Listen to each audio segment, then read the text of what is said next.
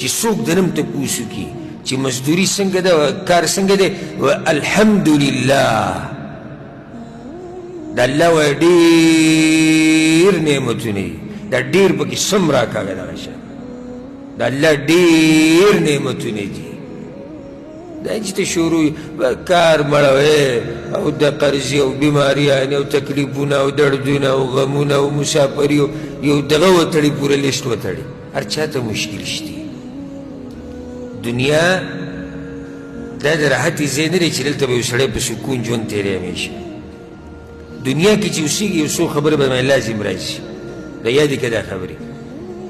بیماري روغ صحت کله به روغي کله به بیماري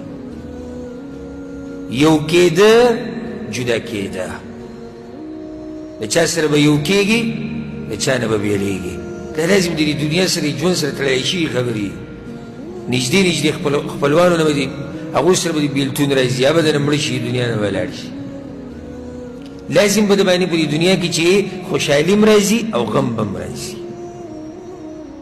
راحت به مي سخته به مي دا خبرې د ژوند سره تړلی شوي خبرې او که څوک وایي چې زه بغیر د سختې نه بغیر د بیمارۍ نه بغیر د بېلتون نه بغیر د خفګان نه بغیر د غم نه بغیر د درد نه ژوند غواړم دا سړی لیونی د زه لیکل درکوم کېدی نه شي دا خبرې هر چا ته ژوند کې مشکلات څه نه څه شي ها د چا هغه ډېر دي چا لږ دي خو هر حال کې الحمدلله وایه په هر حال کې الحمدلله وایه پیغمبر صلی الله علیه وسلم حدیث کې څه وایي موږ څو څو پیرې بیان کړی چې یو سړي باندې